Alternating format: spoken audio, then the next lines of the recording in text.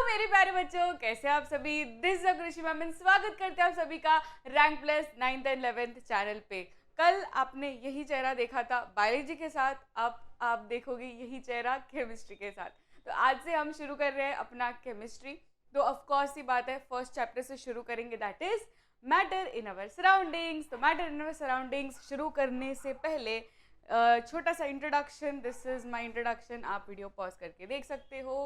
Matter in our surroundings chemistry का first chapter, बहुत ही इंपॉर्टेंट चैप्टर के साथ हम शुरू करेंगे important question. So as we all know कि जो हमारा एग्ज़ाम आने वाला है उसमें इंपॉर्टेंट क्वेश्चंस ही आने वाले हैं, राइट। कोई भी एग्ज़ाम होता है उसमें इंपॉर्टेंट क्वेश्चंस कुछ ऐसे टॉपिक्स होते हैं जिसमें से हमेशा एग्जामिनर पूछता ही पूछता है। तो क्योंकि हम इतने साल से पढ़ा रहे तो हमें पता है कि यार ये पर्टिकुलर टॉपिक ना इंपॉर्टेंट होता है, एंड दैट इज़ वाई आज के सेशन में, that is matter in our surroundings में, मैं वन शॉट पूरा ही क्रिस्टल क्लियर कर दूंगी पूरा चैप्टर।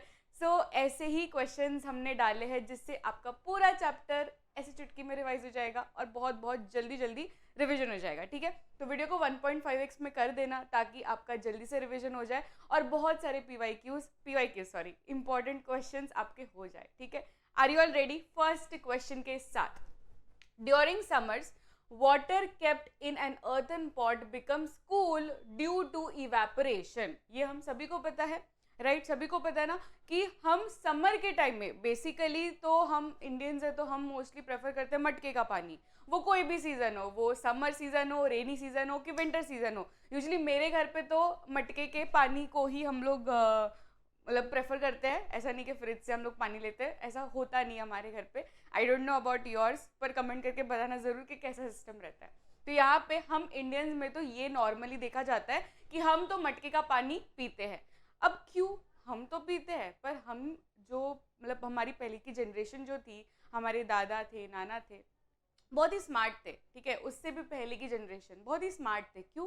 क्योंकि they knew the science behind it. अभी हम मैटर इन अवर सराउंडिंग्स में इसकी साइंस पढ़ रहे हैं, पर वो लोग इतने स्मार्ट थे कि they already knew the science and they started implementing also. मतलब एप्लीकेशन व्यू ऑफ पॉइंट में उनका बहुत ही ज़्यादा दिमाग चलता था एज कम्पेयर टू अवर। हमारा खाली बुकिश नॉलेज पे चलता है, पर वो लोग डायरेक्टली अप्लाई करके वो यूज़ भी करते थे, राइट। एंड दैट इज हम लोग फॉलो कर रहे हैं अभी। तो यहाँ पे अर्थन पॉट क्यों यूज़ किया जाता है, उसका साइंस क्या है, एंड ये काफ़ी इंपॉर्टेंट क्वेश्चन है, ठीक है बच्चों। इस टॉपिक पे, दैट इज अर्थन पॉट पे हर टाइम क्वेश्चन आता है।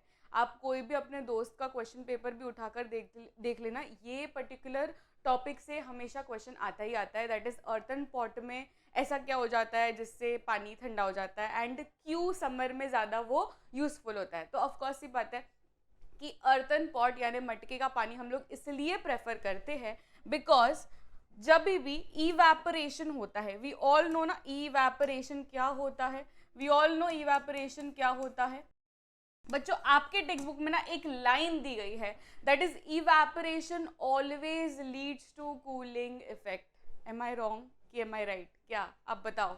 ये लाइन आपने हमेशा पढ़ी होगी अपने टेक्स्ट बुक में, that is evaporation always causes cooling effect, है ना। ऑलवेज कॉजेस कूलिंग इफेक्ट, इसका मतलब है कि जब भी इवेपोरेशन होगा वो एरिया में क्या होगा, कूलिंग इफेक्ट जरूर होगा। अब फॉर एग्जाम्पल मैं आपको सिंपल सा एग्जाम्पल देना चाहती हूँ। जब भी हमें गर्मी लगती है तो हम कहाँ पे जाते हैं? हम फैन के पास जाते हैं, राइट। फैन के पास जाते हैं, क्यों जाते हैं? बिकॉज गर्मी लगती है, इसका मतलब है हमारे पास स्वेट है ना, वी आर स्वेटी। स्वेट मतलब क्या? एक तरीके का पानी हो गया। अब पानी जब इवेपोरेट होगा, बिकॉज जब पंखे की हवा लगेगी तो वो क्या करेगा, वो इवेपोरेट करेगा, जो भी पानी है यहाँ पे वो इवेपोरेट हो जाएगा। तो यहाँ पे इवेपोरेशन हो रहा है, राइट। ये ऐसा केस बेस्ड क्वेश्चन आ सकता है। यहाँ पे तो अर्थन पॉट का एग्जांपल लेके पूछा गया है, evaporation leads to cooling effect, पर सेम मैं आपको केस बेस्ड क्वेश्चन आपको बता रही हूँ। ऐसे केस बेस्ड क्वेश्चन आए हुए हैं बहुत सारे बच्चों के एग्जाम में, and that is I am discussing कि ऐसा पूछेंगे कि जब भी गर्मी लगती है तो फैन के पास जाते हो तो ऐसा क्या हो जाता है जिससे कूलिंग इफेक्ट होता है। तो आपको क्या लिखना है वहाँ पे, कीवर्ड आएगा, दैट इज इवेपोरेशन। तो evaporation always causes cooling effect, and that is why जब भी हम पंखे के पास जाते हैं, वो हवा लेते हैं, तो फिर जो भी पसीना है वो उड़ जाता है, इवेपोरेट हो जाता है, and that is why it causes cooling effect. ठीक है। तो यहाँ पे ये बच्चों हमेशा ये कॉन्सेप्ट याद रखना, यहाँ पे भी आप सेम चीज लिखोगे। यहाँ पे तो एमसीक्यू फॉर्म में पूछा गया है, पर अगर आपको क्वेश्चन आंसर फॉर्मेट में भी पूछा जाए तो आपको यही चीज लिखनी है, that is evaporation always causes cooling effect. ठीक है। हर एक क्वेश्चन के साथ हम लोग 5-6 रिलेटेड कॉन्सेप्ट्स भी करते जाएंगे, ताकि आपका वो पर्टिकुलर पूरा कॉन्सेप्ट जो भी पैराग्राफ है, अपनी टेक्स्ट बुक लेके बैठना है ना, टेक्स्ट बुक लेके बैठना है हर एक सेशन में। मेरा कोई भी सेशन ऐसा नहीं होना चाहिए जिसमें आप टेक्स्ट बुक के बिना बैठे हो, जिसमें आप नोटबुक के बिना बैठे हो। ठीक है, एकदम आपको प्रिपेयर होके बैठना है, टेक्स्ट बुक खुली रखना है, अपनी नोटबुक खुली रखना है जिसमें आप नोट्स बना रहे हो। ये सब जो भी मैं लिख रही हूँ ना यहाँ पे बोर्ड में, जो भी नोट्स मैं बना रही हूँ वो एज इट इज नोट्स आपके नोटबुक में होना चाहिए। ठीक है। हो सकता है मैं कई बार लिखूँ ना, पर अगर मैं बोल भी रही हूँ ना, अगर आपको लगता है कि यार ये इंपॉर्टेंट चीज़ है, इस पे ना क्वेश्चन बन सकता है, जैसे कि केस बेस्ड क्वेश्चन मैंने अभी डिस्कस किया था स्वेट वाला, तो वो केस बेस्ड क्वेश्चन है। वो सारे क्वेश्चंस, वो सारे कॉन्सेप्ट्स आपको लिखने हैं अपने नोटबुक में, बिकॉज हम लोग इतना याद नहीं रखने वाले, है ना, इतना याद नहीं होता है। सिर्फ एक सब्जेक्ट तो है नहीं, एक चैप्टर तो है नहीं, बहुत सारे सब्जेक्ट है, and that is why we have to write everything. ठीक है, डन है। ठीक है, चलो इसका आंसर क्या होगा? For this process water absorbs energy, energy वो लेता है। Evaporation always causes cooling effect, पर वो कूलिंग इफेक्ट कैसे हो पाता है? Because it converts energy, energy वो लेता है फ्रॉम द सराउंडिंग। ठीक है, एनर्जी लेता है वो from the surrounding. This is why जो पानी मटके के अंदर प्रेजेंट है, उसने क्या लिया? उसने बाहर की एनर्जी ली। ठीक है, जिससे वो पानी क्या बन गया? वो बन गया ठंडा पानी। समझ में आ गया? ठीक है, evaporation always causes cooling effect, ये 100% की बात है, ये हमेशा याद रखनी है। ठीक है, फ्रॉम सराउंडिंग्स, इसका आंसर होगा फ्रॉम सराउंडिंग्स। ठीक है भाई, चलो नेक्स्ट क्वेश्चन में जाएंगे। Next question, that is in all the 3 states of water, that is ice, liquid and vapour. हम सभी को पता है ना कि वाटर एग्जिस्ट इन 3 फॉर्म्स। हम जब छोटे थे तभी भी हमको सिखाया जाता था कि there are 3 states of matter. अभी तो बहुत सारे स्टेट्स ऑफ मैटर आ गए हैं, जब हम बड़े हो गए हमें पता लगा अरे बाप रे ये तो स्कैम हो गया, हमें तो बोला गया था कि खाली 3 स्टेट्स होते हैं, पर there are too many states of matter. पर इसमें से अगर हम खाली पानी की बात करें, वो भी बेस लेवल पे, ठीक है, इतना हाई फाई लेवल हमें पढ़ना नहीं है वैसे, क्योंकि हम लोग 11th में या 12th में नहीं है, हम लोग 9th स्टैंडर्ड में, हम लोग एकदम चिल चिल पढ़ेंगे। तो यहाँ पे क्या आपको बोला गया है कि there are 3 states of water, है ना। जब भी पानी की बात करें तो अगर हम उसको फ्रीजर में डाल दें, ठीक है, अगर हम फ्रीजर में डाल दें तो क्या बन जाता है? वो पानी क्या बन जाता है? थोड़े टाइम में या थोड़े घंटों में क्या बन जाता है? वो आइस बन जाता है कि नहीं? वो क्या बन जाता है? वो आइस बन जाता है।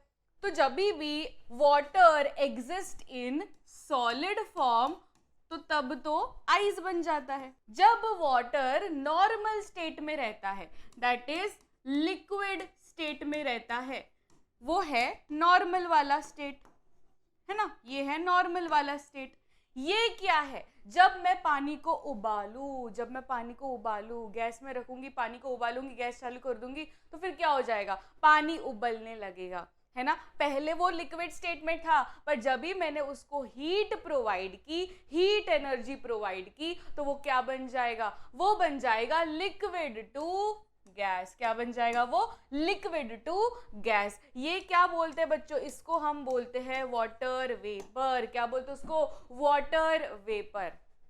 अब यहाँ पे ना टेक्स्ट बुक में क्लियरली आपको एक छोटा सा चार्ट बनाकर दिया गया है, राइट। अगर आपके पास अभी टेक्स्ट बुक है, होनी ही चाहिए टेक्स्ट बुक, मैं आपको ऑप्शन दे भी नहीं रही हूँ, टेक्स्ट बुक अभी के अभी खोलो एंड ये पर्टिकुलर पैराग्राफ ढूंढो कि आइस से लिक्विड मतलब वाटर बना, फिर वाटर से वो वाटर वेपर बना, तो उसमें क्या होता है? Exchange of which energy, and उसमें हम हीट देते हैं कि हम कूलिंग इफेक्ट देते हैं, क्या देते हैं?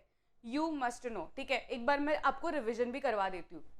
देखो, अगर मेरे पास आइस है, ठीक है, अगर मेरे पास आइस है, अगर मुझे वो आइस को पानी बनाना है, तो मैं क्या करूँगी? उसको क्या करूँगी? बुक को छोड़ दो यार, एनसीईआरटी को छोड़ दो। अभी एनसीईआरटी में क्या लिखा है, क्या पैराग्राफ में बनाया है, उसने क्या डायग्राम बनाया, वो छोड़ दो अभी। अभी आप एकदम कॉमन, अगर मैं पूछूं, कॉमन मैन जो रहता है ना, उसको अगर मैं पूछूं, किसी को भी मैं पूछूं कि अगर मेरे पास बर्फ है, उसको मुझे पानी बनाना है, तो मैं क्या करूँगी? वो क्या बोलेगा? अगर मैं किसी को भी पूछूँ, वो क्या बोलेगा? वो बोलेगा यार बाहर रख दो, बाहर रख दो ना। वो आइस को थोड़ी देर बाहर रख दो तो फिर वो खुद के खुद पानी बन जाएगा। तो इसके पीछे की साइंस क्या है हम सबको पता है, क्योंकि हम साइंस वाले बच्चे हैं, तो हमको तो पता होना चाहिए कि अगर मैं आइस को ज़्यादा देर तक या थोड़े सेकंड्स के लिए भी अगर मैं बाहर छोड़ देती हूँ तो वो पानी में कन्वर्ट हो जाता है, वो सॉलिड टू लिक्विड में कन्वर्ट हो जाता है। इसका मतलब है कि सॉलिड टू लिक्विड, अगर मैं पानी के बारे में बात करूँ तो मुझे क्या प्रोवाइड करना पड़ रहा है? मुझे हीट प्रोवाइड करना पड़ रहा है, राइट? तो यहाँ पे आपको एक पता होना चाहिए, एक कॉन्सेप्ट पता होना चाहिए, that is solid to liquid जब भी ट्रांसफर होगा, इसका मतलब है मुझे हीट प्रोवाइड करनी है। ठीक है, मुझे क्या करना है? हीट प्रोवाइड करनी है। यहाँ पे मैंने गैस में नहीं रखा उसको, मैंने क्या आइस को गैस में रखा? नहीं, मुझे जरूरत ही नहीं पड़ी, बिकॉज यहाँ पे क्या हुआ, यहाँ पे जो सराउंडिंग का हीट है वही सराउंडिंग का हीट ना उसको कन्वर्ट कर दिया, राइट? तो सराउंडिंग के हीट से ही ये जो सॉलिड आइस था वो कन्वर्ट हो गया into water, that is in the liquid form. अब आगे की कहानी, लिक्विड टू गैस अगर मुझे कन्वर्ट करना है तो मैं क्या करूंगी? उसको फिर से और हीट दे दो। अब बाहर रखने से नहीं होने वाला है ना, ऐसे ही जैसे कि यहाँ पे तो हमने ऐसे ही बाहर रख दिया, वो लिक्विड में कन्वर्ट हो गया, पर यहाँ पे ऐसे नहीं होगा। यहाँ पे मुझे गैस में उसको चढ़ाना पड़ेगा, गैस चालू करना पड़ेगा, उसको हीट एनर्जी प्रोवाइड करनी पड़ेगी, तब जाके वो पानी बॉईल होगा and then that liquid will get converted into water vapour, that is in the gaseous state, right? तो यहाँ पे फिर से मैं क्या कर रही हूँ? मैं हीट प्रोवाइड कर रही हूँ, राइट? मैं लिक्विड टू गैस कन्वर्ट करने के लिए फिर से मैं हीट प्रोवाइड कर रही हूँ। ये एक फ्लो चार्ट समझ में आ गया। अब अगर आपको इसका रिवर्स पूछे ना, क्योंकि रिवर्स भी पूछते हैं एग्जाम में, कि अगर मुझे गैस से लिक्विड में कन्वर्ट करना है तो फिर मैं क्या करूंगी? अगर मुझे gas to liquid, that is water vapour to water में कन्वर्ट करना है तो मैं उसको हीट सप्लाई नहीं करूंगी, मैं उसको कूल करूंगी। क्या करूंगी? मैं उसको लो टेम्परेचर करूंगी, टेम्परेचर उसका कम कर दूंगी। अगर मुझे लिक्विड दैट इज वाटर से आइस बनाना है तो मैं क्या करूंगी? उसका और टेम्परेचर कम कर दूंगी। समझ में आ रहा है? तो यहाँ पे जब मैं रिवर्स जाऊंगी तो रिवर्स में मैं क्या करूंगी? रिवर्स में मैं टेम्परेचर को कम करूंगी। ठीक है बच्चों, आपको अभी लग रहा होगा कि मैम इतना सिल्ली कॉन्सेप्ट है, ये तो एकदम डेली लाइफ वाला कॉन्सेप्ट है, इसमें क्या इतना डिटेल में पढ़ाना। बच्चों यहाँ पे ना हम लोग यही सिल्ली मिस्टेक कर लेते हैं, हमें लगता है कि यार ये तो एकदम घरेलू मामला है कि ये तो यार रोज देखते हैं, बर्फ को रोज देखते हैं, वाटर वेपर रोज देखते हैं, पानी रोज देखते हैं, इसमें इतनी बड़ी साइंस है ही नहीं। पर बच्चों जब भी यही सेम सिंपल साइंस अगर आपको क्वेश्चन फॉर्म में पूछ लेते हैं ना, तब आपका दिमाग नहीं चलता। And that is why I don't want anyone की एग्जाम में जाके वो अटेम्प्ट ना कर पाए अगर ऐसा सिली क्वेश्चन आया आपके एग्जाम में। And that is why it is very very important कि जो इम्पोर्टेंट वर्ड्स होते हैं, जो कीवर्ड्स होते हैं, जो एग्जामिनर हमेशा ढूंढता है वो आंसर में, वो सारे कीवर्ड्स आपके आंसर में होने चाहिए। And that is why I am writing all these keywords, जिससे आप अपने आंसर को बेहतर बना सको। ठीक है, तो ये समझ गए आपको। ऐसे जाओगे तो हीट प्रोवाइड करोगे, अगर रिवर्स जाओगे तो क्या करोगे? टेम्परेचर को लो कर दोगे। ठीक है, टेम्परेचर को लो कर दोगे। यहाँ पे भी फिर से उल्टा जाना है, टेम्परेचर को लो कर दो। अगर मुझे ऐसे जाना है तो टेम्परेचर को हाई कर दो। हीट मतलब क्या? टेम्परेचर को हाई कर दो। यहां पे फिर से टेम्परेचर को हाई कर दो। समझ में आ गया? यस, क्रिस्टल क्लियर है बच्चों?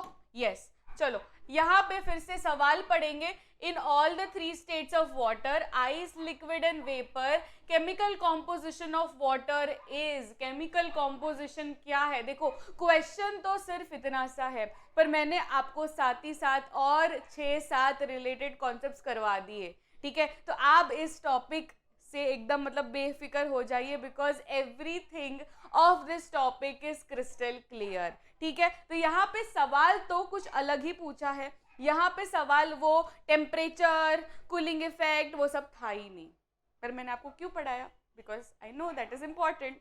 ठीक है, तो ये तो मतलब हर क्वेश्चन के साथ होने वाला है, तो उससे अगर आपको इरिटेशन होता है तो इरिटेट मत होना, बिकॉज इससे आप ही की भलाई है। ठीक है, नहीं तो मैं तो फास्ट फास्ट ऐसे से फटाफट फटाफट टिक करके चली जाती, मेरा क्या जाता है ना, मेरा क्या जाता, पर आपका जाता है ना, आपका ज़रूर जाता है। And that is why I don't want any student to be left out के नहीं पता भाई कुछ नहीं आता, हम है ना आराम से। यहाँ पे क्या होगा, composition of water will remain same की डिफरेंट की समटाइम सेम समटाइम डिफरेंट, ऐसा होता है क्या कि चलो मेरे पास बर्फ है, ठीक है, मेरे पास बर्फ है, वो बर्फ का केमिकल कॉम्पोजिशन देखा तो कभी अलग सा आ गया, फॉर एग्जाम्पल कभी आया H2O2, ठीक है, जब मैंने वो बर्फ को पानी में कन्वर्ट किया तो तभी H2O आया, फिर पानी से वाटर वेपर जब भी बना तो फिर तभी आया HO2 या HO, जो भी, मतलब मन मर्जी चलती है क्या, ऐसे मन मर्जी चलती है, नहीं चलती है ना। कोई भी स्टेट ऑफ मैटर में हो, पानी का हमेशा chemical formula will remain same, that is what, that is H2O, है ना, H2O। यहाँ पे आपको ये समझना है कि बेटा कोई भी स्टेट में ले लो, अगर वो सॉलिड हो, अगर वो लिक्विड हो या वो गैसियस हो, वो केमिकल फॉर्मूला कभी भी चेंज नहीं करेगा।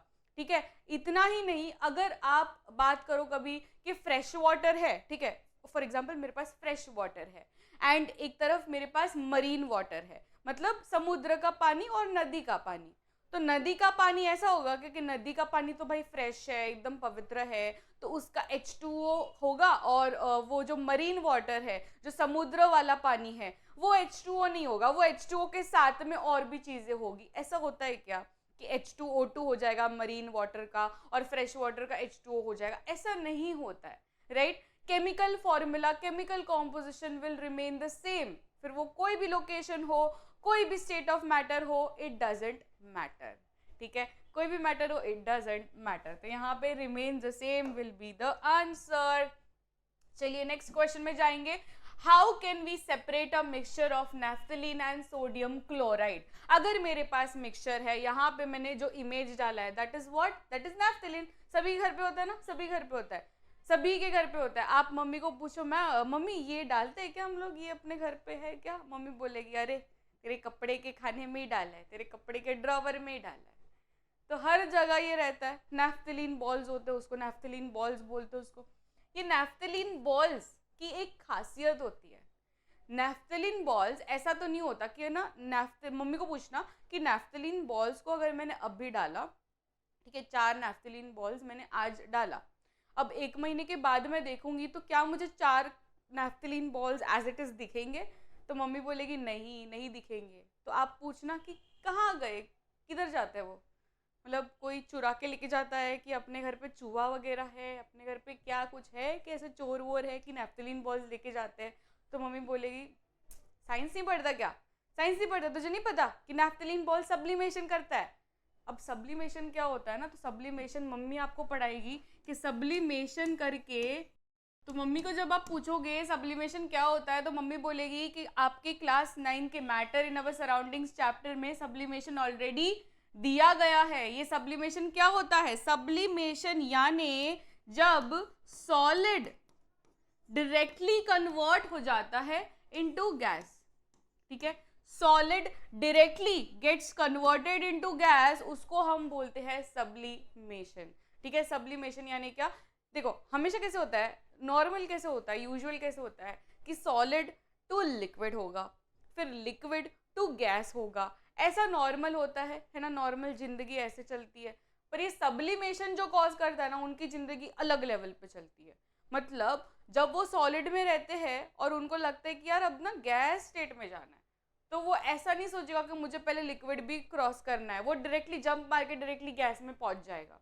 तो वही होता है in case of naphthalene. Naphthalene को अगर मैंने 4 नैफ्थलीन बॉल्स अब भी डाले, 1 महीने के बाद मुझे नहीं दिखने वाला, या दिखेगा तो भी वो छोटे छोटे बॉल्स दिखेंगे, बिकॉज जो दूसरा पार्ट था वो तो उड़ गया है ना, वो उड़ गया, वो सब्लिमेट हो गया, because it was solid and it got converted into gas. तो इस प्रोसेस को हम बोलते हैं सब्लिमेशन।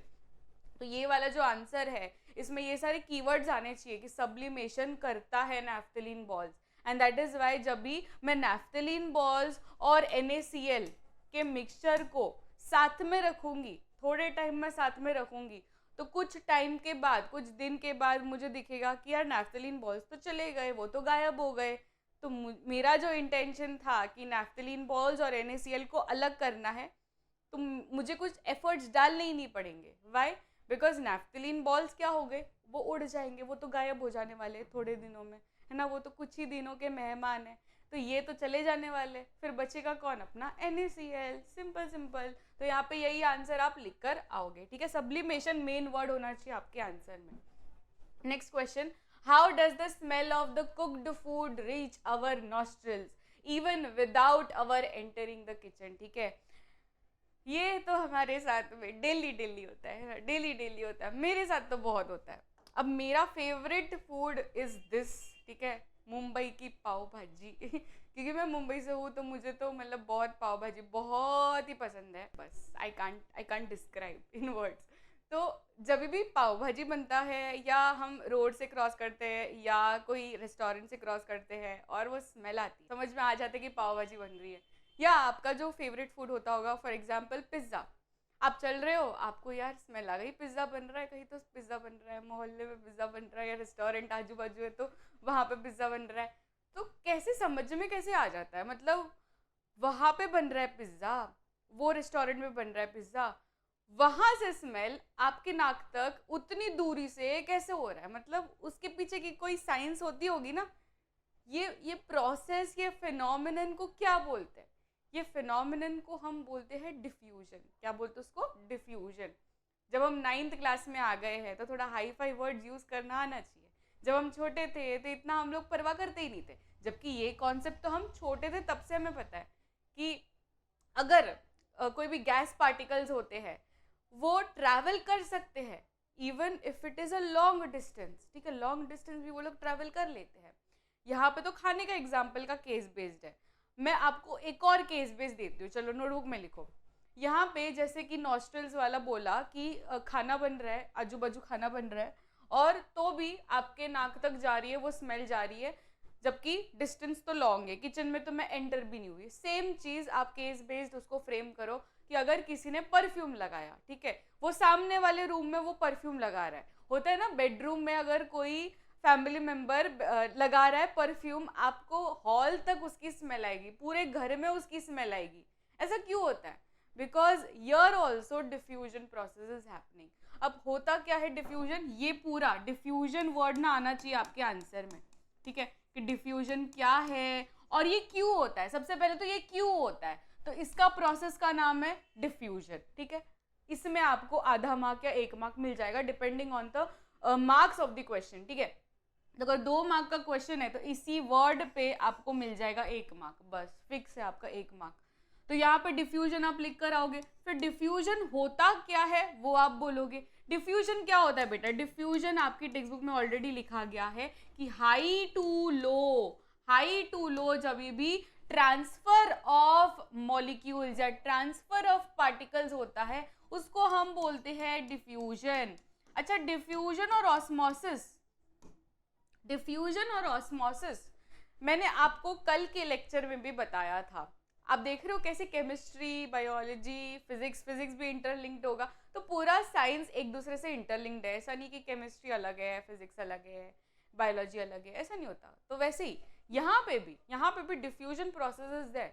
डिफ्यूजन यानी क्या? कल के लेक्चर में मैंने आपको बताया था कि एक तो होता है डिफ्यूजन, दूसरा होता है ऑस्मोसिस।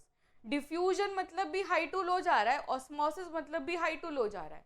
पर डिफ्यूजन में ऐसा क्यों होता है? Diffusion doesn't require any membrane, ठीक है, उसको मेम्ब्रेन की रिक्वायरमेंट नहीं है।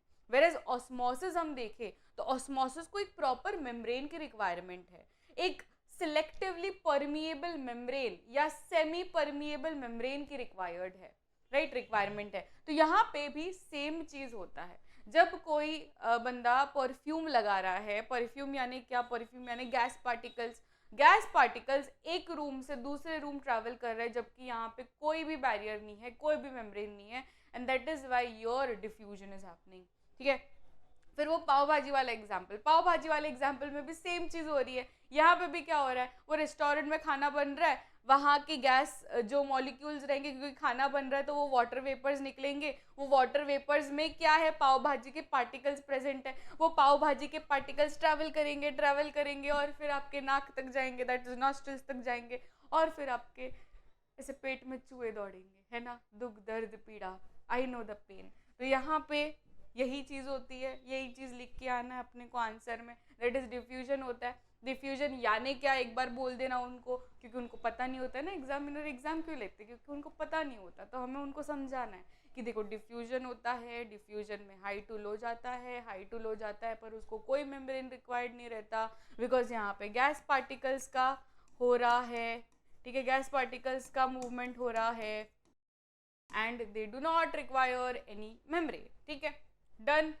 चलो नेक्स्ट क्वेश्चन में जाएंगे। The process in which solid is directly converted to water vapour state, ये तो मैंने आपको करवा दिया था कि सॉलिड टू लिक्विड अगर डायरेक्टली जा रहा है, डायरेक्टली प्रमोशन हो गया उसका, ठीक है, काम करे बिना प्रमोशन जब हो जाता है तब हम उसको बोलते हैं सब्लिमेशन। ठीक है, तब उसको बोलेंगे सब्लिमेशन, ये सभी को याद रहेगा। यस, चलो। A few substances are arranged in the increasing order of the forces of attraction between their particles। ध्यान से समझो, धीरे धीरे ब्रेक डाउन करके क्वेश्चन पढ़ेंगे, ठीक है, do not worry, do not be in a hurry. ठीक है, तो यहाँ पर राइमिंग हो गया, पर ये बहुत ही एकदम 100% की बात है कि जब भी ऐसा लंबा क्वेश्चन आए ना और आपको लगे कि यार रुक जाओ, थोड़ा रुक जाओ, समझ में नहीं आ रहा, तो रुक जाओ, सच्ची में रुक जाओ, और क्वेश्चन को जो वर्ड्स है ना, वो वर्ड्स को ध्यान से देखो। आप अगर क्वेश्चन को अच्छे से नहीं पढ़ोगे, उसकी भावना नहीं समझोगे कि वो क्या पूछना चाह रहा है, तो आप कोई भी ऑप्शन या कुछ भी आंसर लिख कर आ जाओगे, तो ऐसा हमें नहीं करना है। ठीक है, आई नो आप सभी बहुत ही ऐसे सिली मिस्टेक करते हैं कि क्वेश्चन ही ध्यान से नहीं पढ़ा, हमें लगता है कि यार ये क्वेश्चन है, हम उसका आंसर लिख कर आ जाते हैं, जबकि क्वेश्चन वो होता ही नहीं है।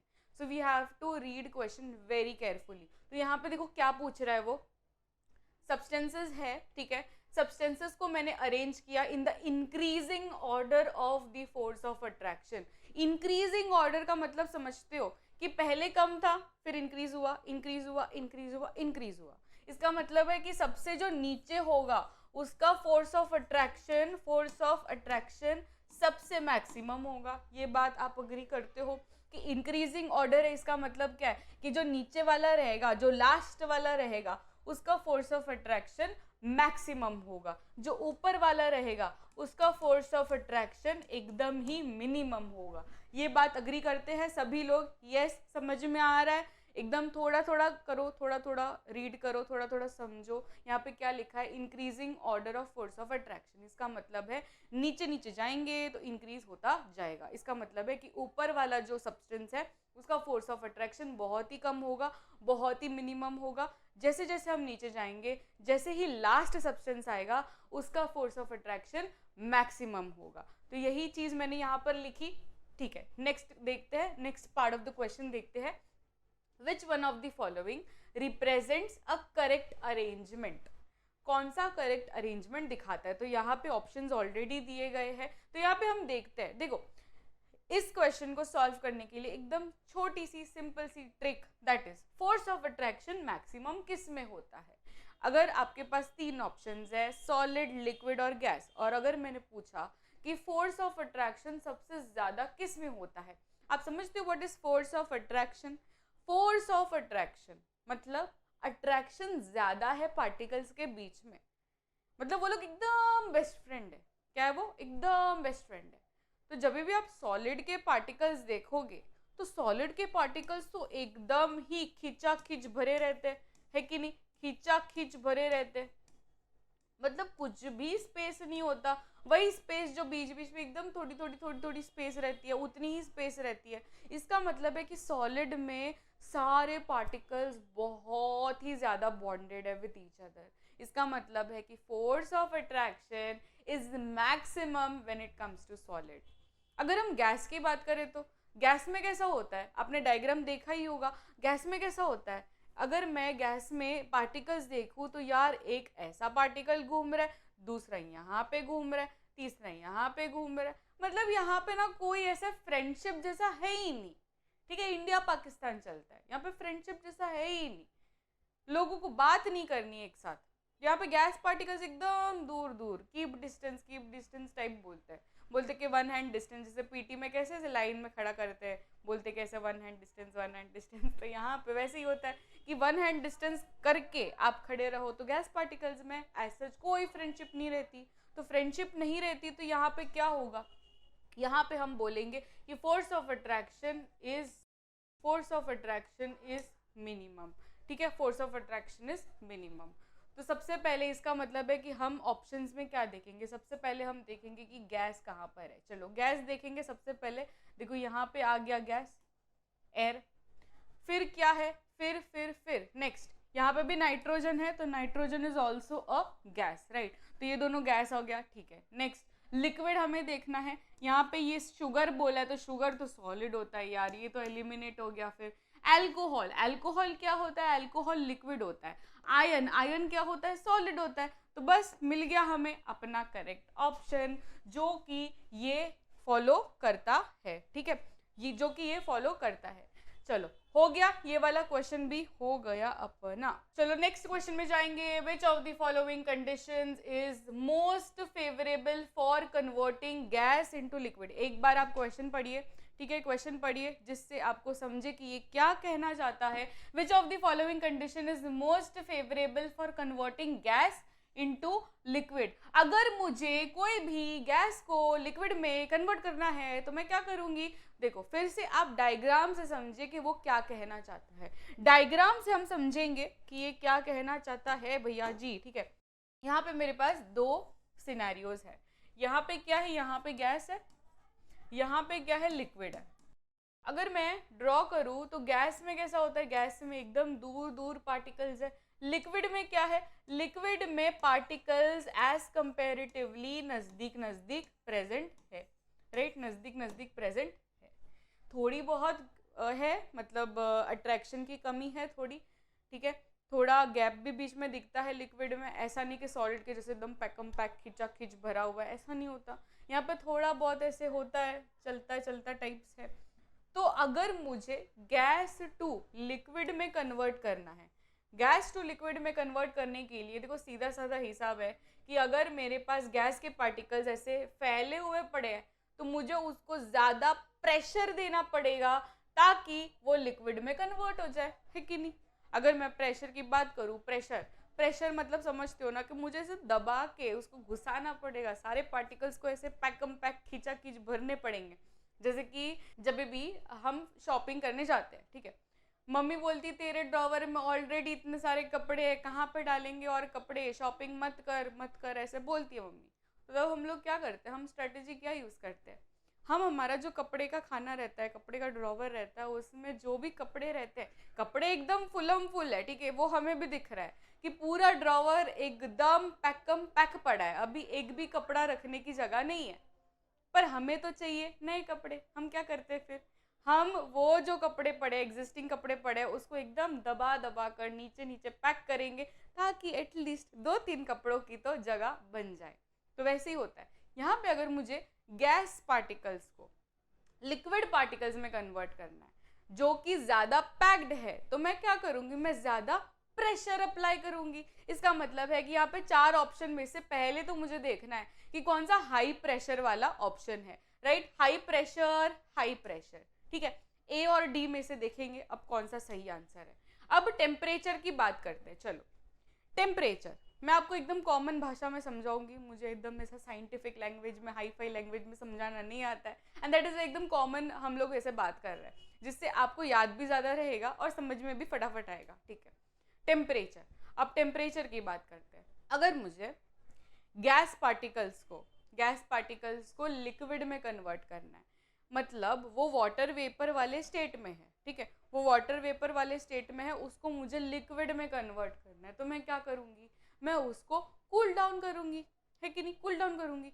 अब हमारे घर पे हम ये कॉमन एग्जाम्पल देखते हैं, रोज़ देखते हैं इनफैक्ट, कि अगर मैंने, ठीक है, आपके घर पे चाय बनी है, सुबह सुबह चाय बनी है, सबके घर पे बनती है, या दूध बना है, जो भी आप जो भी पीते हो, तो अगर चाय क्या मतलब चाय मैंने गर्म की और फिर चाय गर्म करने के बाद मैंने थोड़ी देर रखा, ठीक है, थोड़ी देर रखा, तो वो जो वाटर वेपर्स निकल रहे हैं वो वाटर वेपर्स सेटल डाउन हो जाते हैं, ऐसे ऊपर हो जाते हैं, चिपक जाते हैं to the lid of the container.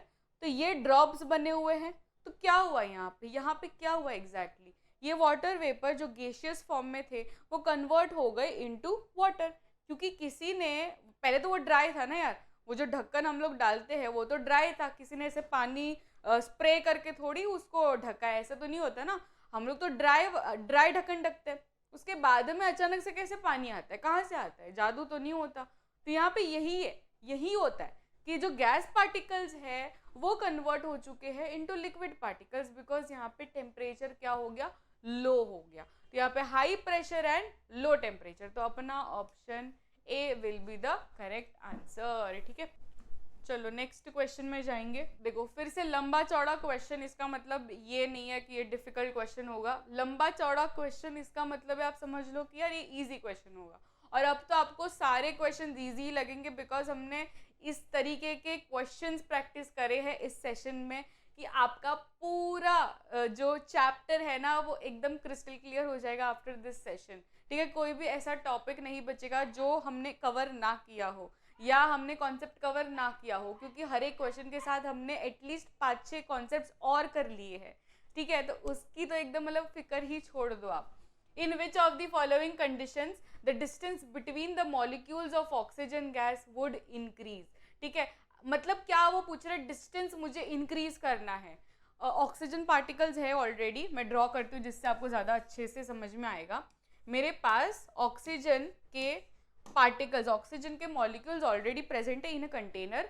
मुझे उसके बीच में जो गैप है, मुझे उसके बीच का गैप इंक्रीज करना है। क्या करना है, उसका गैप इंक्रीज करना है, साथ में नहीं लाना। जैसे पिछले क्वेश्चन में हमने उल्टा किया था, हमने गैस पार्टिकल्स को साथ में लाकर लिक्विड बना दिया था, पर यहाँ पे हमें उल्टा करना है। यहाँ पे हमें गैस पार्टिकल्स ऑलरेडी यहाँ पर है, ठीक है, एक पर्टिकुलर कंटेनर में इसमें मैंने गैस पार्टिकल्स डाले हुए हैं। वो गैस पार्टिकल्स को मुझे ज़्यादा स्पेस देनी है। वो बोल रही यार ज़्यादा स्पेस दे दो जिससे हमारे बीच और गैप बढ़ जाए। ठीक है, तो अगर मुझे स्पेस ज़्यादा करनी है तो मैं कौन सा ऑप्शन चूज करूंगी। सबसे पहला ऑप्शन है कि increasing pressure on oxygen container. ठीक है, ऑक्सीजन के जो कंटेनर में मैंने ऑक्सीजन डाला हुआ है, ऑक्सीजन के पार्टिकल्स है, वहां पर वो बोल रहा है कि वहां पे ना ज्यादा प्रेशर डालो। ये तो एकदम बेवकूफ वाली बात नहीं हो गई कि अगर गैस पार्टिकल्स ऑलरेडी प्रेजेंट है और उसमें आप बोल रहे हो कि और प्रेशर डालो, तो फिर क्या हो जाएगा, वो गैस पार्टिकल बन जाएगा टू द लिक्विड। और जब भी आप प्रेशर डाल रहे हो उसका मतलब क्या है कि वो गैस पार्टिकल्स को आप और नजदीक ला रहे हो। पर यहाँ पे क्वेश्चन तो उल्टा ही बोल रहा है कि गैस पार्टिकल्स के बीच का गैप हमें बढ़ाना है, कम नहीं करना। ठीक है, नजदीक नहीं लाने। तो यहाँ पे option A will be wrong, right. Some oxygen gas leaking out of the container. Leaking out of the container मतलब क्या, ऑक्सीजन गैस अगर मैं कंटेनर को थोड़ा सा ऐसे खोल दूं तो क्या हो जाएगा, गैस तो एकदम बावला हो जाएगा। उसको दिखेगा अरे वाह यहाँ पे इतना सारा स्पेस मुझे मिल रहा है, अंदर तो मुझे ऐसे ऐसे कैदी बनाकर रखा था, पर यहाँ पे बाहर आके मैं देख रहा हूँ या वाह वाह वाह, मैं तो ऐसे मतलब निकल पड़ेगा, वो ट्रिप में निकल पड़ेगा, गैस पार्टिकल सारे ट्रिप पे निकल पड़ेंगे। तो इससे क्या होगा, इससे वो ऑक्सीजन मॉलिक्यूल जो बीच का गैप है वो इंक्रीज हो जाएगा, राइट, इंक्रीज हो जाएगा। तो यहाँ पे some oxygen gas leaking out of the container, ये सही लग रहा है। देख रुक जाओ। Increasing the volume of the container of oxygen gas, volume हमें बढ़ाना है। Increasing the volume of the container, volume of the container मतलब समझते हो कि मैं कंटेनर का जो वॉल्यूम है, कंटेनर में बड़ा लेकर आओ। अभी अगर पहले वो इतने से कंटेनर में आता था ऑक्सीजन, मैं बड़ा कंटेनर में मार्केट में जाकर एक बड़ा कंटेनर लेकर आओ जिससे वो गैस पार्टिकल्स और फैल के बैठे, समझ रहे हो। तो ये एक ऑप्शन हो सकता है, राइट। और देखते हैं, adding more oxygen gas to the container, ये तो एकदम ही गलत ऑप्शन। बिकॉज अगर एक पर्टिकुलर कंटेनर में आप और ऑक्सीजन डालोगे और ऑक्सीजन डालोगे तो होगा क्या, वो ऑक्सीजन ज़्यादा पार्टिकल्स होने के वजह से वो सारे पार्टिकल्स और नज़दीक आ जाएंगे, विच वी डोंट वांट। हमें क्या चाहिए, हमें सारे पार्टिकल्स और फैले हुए चाहिए, तो ये वाला ऑप्शन भी एकदम गलत। तो अपना ऑप्शन 2 एंड 3 वाला सही रहेगा, दैट इज सी ऑप्शन। समझ गया, क्रिस्टल क्लियर है। चलो नेक्स्ट क्वेश्चन में जाएंगे। In a hot summer day Rahul and Sam are wearing cotton and nylon clothes respectively. ठीक है, एक एक बंदा कॉटन क्लोथ्स पहन रहा है, ठीक है, कॉटन वाले कपड़े पहन रहा है, समर सीजन चालू है, और सैम और राहुल का कंपटीशन चालू है। ठीक है, राहुल बोलता है कि मैं तो कॉटन के कपड़े पहनूंगा, सैम बोलता है मैं तो नाइलॉन के कपड़े पहनूंगा। अब ये दोनों में से आपको कौन सा कंफर्टेबल लगता है, कि कौन ज़्यादा कंफर्टेबल रहेगा इन दीज टू सिनेरियोज, आपको क्या लगता है, और इसका रीज़न क्या होगा? ऑफ कोर्स सी बात है, ये तो एकदम बच्चे जैसा क्वेश्चन है, बट ये बच्चे जैसा क्वेश्चन है, पर अगर हमने उसमें जो इम्पोर्टेंट कीवर्ड्स होते हैं, एज आई सेड, वो अगर हमने नहीं लिखे ना, तो एग्जामिनर आपको इतने मार्क्स नहीं देने वाला। एंड दैट इज़ वाई ये सारे वर्ड्स आने चाहिए कि cotton, if we see, cotton क्या है, एक नेचुरल फाइबर है। क्या है ये? एक नेचुरल फाइबर है। Nylon on the other hand, it is a synthetic fibre. क्या है ये? Synthetic fibre. जब हम नेचुरल फाइबर की बात करें, देखो हम सभी को पता होगा, शायद अगर नहीं भी पता है तो देख लो, यहाँ पे जो कॉटन होता है ना बच्चों, कॉटन एक प्लांट से आया हुआ फाइबर है। शायद ये आपको 6th स्टैंडर्ड में था, 6th स्टैंडर्ड में आपको फाइबर टू फैब्रिक करके एक चैप्टर था, राइट, फाइबर टू फैब्रिक वाला एक चैप्टर था, तो उसमें ये एक पर्टिकुलर कॉन्सेप्ट ऑलरेडी दिया गया है कि जब भी कॉटन की हम बात करें तो cotton is a natural fibre. Cotton is a natural fibre because it is obtain from plants. तो जब भी प्लांट्स या एनिमल में से कोई भी फाइबर या कोई भी प्रोडक्ट निकलते हैं उसको हम बोलते हैं नेचुरल। और अगर हम उसको मैनमेड तरीके से बना रहे हैं, जैसे कि कोई फैक्ट्री से बन रहा है, जैसे कि अगर हम नाइलॉन की बात करें, पॉलीएस्टर की बात करें, प्लास्टिक की बात करें, ये सब चीज़ क्या है? मैनमेड है। वो क्या है? सिंथेटिक है। उसको हम क्या बोलते हैं? सिंथेटिक। तो ये सिंथेटिक वर्ड आना चाहिए, and that is why it will be not comfortable, है ना। यहाँ पे समर सीजन की बात हो रही है, समर सीजन में है तो वो ज़्यादा एब्जॉर्ब नहीं करेगा, है ना, ये ज़्यादा एब्जॉर्ब नहीं करेगा। ये नेचुरल फाइबर है और ये बनाया गया है, कॉटन क्लोथ बनाए जाते हैं बिकॉज इट कैन एब्जॉर्ब ज़्यादा, है ना, एब्जॉर्ब ज़्यादा कर सकता है ये। यहाँ पे यही आंसर आप लिख कर आओगे। चलो नेक्स्ट क्वेश्चन में जाएंगे। ये नाइलॉन है, जो हम लोग स्विमिंग पूल में जाके मस्त में से ये कपड़े पहनते हैं तो उसको हम क्या बोलते हैं? नाइलॉन। जो जर्सी रहती है वो सब भी क्या है? नाइलॉन। तो नाइलॉन एक सिंथेटिक मटेरियल होता है, वेरएस कॉटन क्या होता है? कॉटन एक नेचुरल फाइबर होता है। Why do doctors advise to put strips of wet cloth on the forehead of a person having high fever? आप सभी को ये लाइफ में कभी ना कभी मम्मी ने यहाँ पे ऐसे क्लॉथ डाला होगा, है ना। आप सभी को कभी ना कभी फीवर आया होगा। बुखार आते टाइम मम्मी क्या करती है? मम्मी हमारे सेवा में जुट जाती है, एकदम मतलब रात और दिन हमारी सेवा करती है।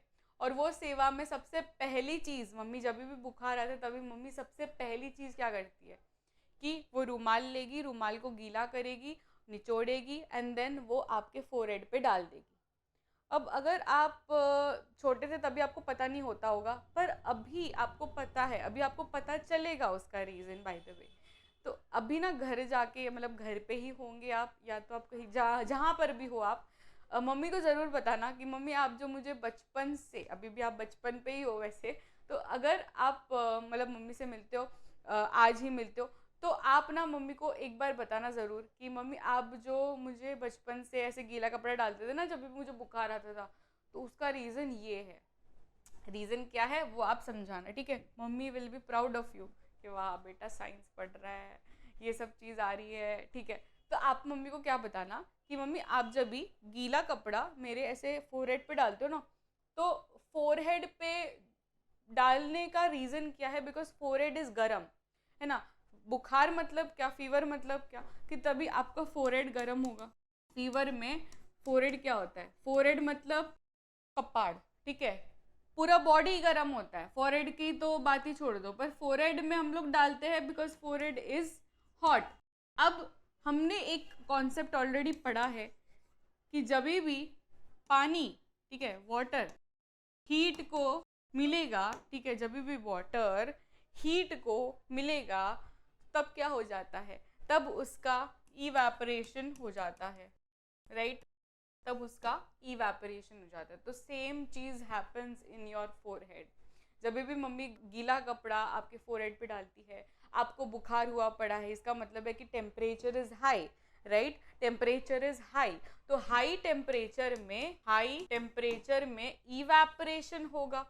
अच्छा, इवेपोरेशन होगा तो फिर क्या होगा, वी ऑल नो कि जब भी इवेपोरेशन होता है तब हमें कूलिंग इफेक्ट मिलता है, राइट। तो वही तो है, वही तो हमें चाहिए कि बुखार में ऑलरेडी शरीर पूरा गर्म हुआ पड़ा है, हमें चाहिए cooling effect. And that is why mamma does all these things, because mamma को तो नहीं पता इतनी साइंस कि इवेपोरेशन होता है, हाई टेम्परेचर है इसलिए इवेपोरेशन होता है, और evaporation leads to cooling effect, इसलिए ये सब चीज़ कर रही है। मम्मी को साइंस नहीं पता, पर मम्मी को आता है प्यार करना, राइट। तो ये प्यार के पीछे साइंस क्या है ये आज आपको पता चली, ठीक है। तो ये सारी चीज़ें, ये सारे कीवर्ड्स आपके आंसर में आने चाहिए, ठीक है। चलिए नेक्स्ट क्वेश्चन में जाएंगे। When we put some crystals of potassium permanganate in a beaker containing water, we see that the whole water has turned pink after some time. This is because of what? तो हम सभी ने ये छोटा सा experiment किया होगा अपने स्कूल में कि जब भी हम पोटेशियम परमैंगनेट के क्रिस्टल्स, ठीक है, आपको पता ही होगा कुछ पर्पलिश इंडिगो कलर के रहते हैं, तो जब भी हम पोटेशियम परमैंगनेट के क्रिस्टल्स बहुत चमकते हैं, तो वो पोटेशियम परमैंगनेट के क्रिस्टल्स जब भी मैं पानी में डालती हूँ तो वो पूरा पानी वो कलर का बन जाता है, राइट, पर्पल पिंक कलर का बन जाता है। ऐसा क्यों होता है? Again the reason is diffusion. क्या है रीजन यहाँ पे? डिफ्यूजन। तो यहाँ पे फिर से अगेन यही आप रीजन लिखोगे कि high concentration to low concentration, और वो भी membrane less, right, membrane less. आप ना सिंपल वर्ड में डिफ्यूजन के आगे आप लिख सकते हो स्प्रेडिंग, ठीक है। ये स्प्रेडिंग वर्ड से ना आपको हमेशा याद रहेगा कि जब भी डिफ्यूजन की मैं बात करूँ इसका मतलब है कि वो स्प्रेड हो रहा है। सिंपल सा एग्जाम्पल, अगर मेरे पास टिश्यू पेपर है, ठीक है, टिश्यू पेपर में मैंने एक पर्टिकुलर पॉइंट में वो कलर डाला, कोई भी कलर हो सकता है, ठीक है, कोई भी कलर हो सकता है। फॉर एग्जाम्पल मैंने पिंक कलर एक ड्रॉप डाला, तो होगा क्या, वो पिंक कलर धीरे धीरे धीरे धीरे ऐसे डिफ्यूज होगा, राइट, वो डिफ्यूज होगा, स्प्रेड होगा। तो डिफ्यूजन यानी क्या? स्प्रेडिंग। समझ गया ये? ठीक है, तो ये हमेशा याद रखना है कि डिफ्यूजन यानी क्या? स्प्रेडिंग, ठीक है। तो यहाँ पे भी सेम चीज हो रही है कि जब भी पोटेशियम परमैंगनेट था, मैंने तो ऐसे डाला था पोटेशियम परमैंगनेट, इसका मतलब है ये पर्टिकुलर एरिया में सबसे ज्यादा हाई कॉन्सेंट्रेशन है ऑफ पोटेशियम परमैंगनेट। फिर धीरे ही धीरे क्या हुआ, क्योंकि ये हाई कॉन्सेंट्रेशन है और पूरा पानी क्या है? लो कॉन्सेंट्रेशन है, तो यहाँ पे क्या होगा? ट्रांसफर, हाई टू लो जाएगा, राइट, हाई टू लो हो जाएगा, तो यहाँ पे transfer happens and high to low जाएगा, धीरे धीरे स्प्रेडिंग होगी, धीरे धीरे डिफ्यूजन होगा। समझ में आ रहा है? यहाँ पे धीरे धीरे क्या होगा? डिफ्यूजन होगा। तो यहीं पे सेम चीज लिखी गई है कि मेम्ब्रेन लेस ट्रांसफर अगर हो रहा है, स्प्रेडिंग हो रही है, तो उसको हम बोलेंगे डिफ्यूजन, ठीक है, ठीक है बेट। चलो नेक्स्ट क्वेश्चन जाएंगे। नेक्स्ट क्वेश्चन अब है नहीं अपना, दैट इज खत्म, tata bye bye goodbye हो चुका है। तो अब हमारा सेशन भी खत्म, tata bye bye goodbye हो चुका है।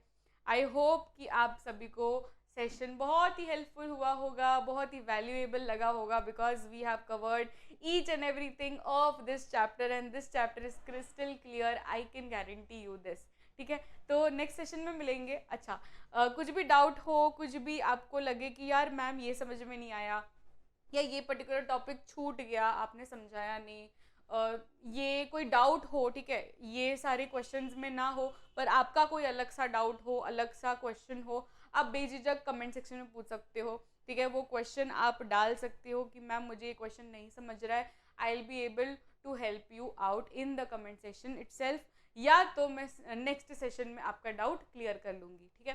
तो यहाँ पे ज़रूर आप कमेंट करके बताना ज़रूर कि जो भी आपके डाउट्स हो। एंड आप हमारे टेलीग्राम चैनल में जुड़ सकते हो, that is rank plus official या रैंक प्लस फैमिली, ठीक है। तो टेलीग्राम में लिंक उसका ऑलरेडी दिया गया है डिस्क्रिप्शन में, या तो आप सर्च करके भी आसानी से जुड़ सकते हो। तो उससे आपको क्विज़ेस का फ़ायदा होगा, आपको नोट्स मिल जाएंगे, बिकॉज ये सब चीज़ जो मैं आपको पढ़ा रही हूँ वो एज इट इज़ मैं आपको पीडीएफ भी मैं प्रोवाइड कर देती हूँ in that Telegram group itself, ठीक है। तो आपको वहाँ पे जुड़ना ज़रूरी है। And that was it for this particular session. मिलते हैं in the next session, till then keep smiling, take care, bye everyone.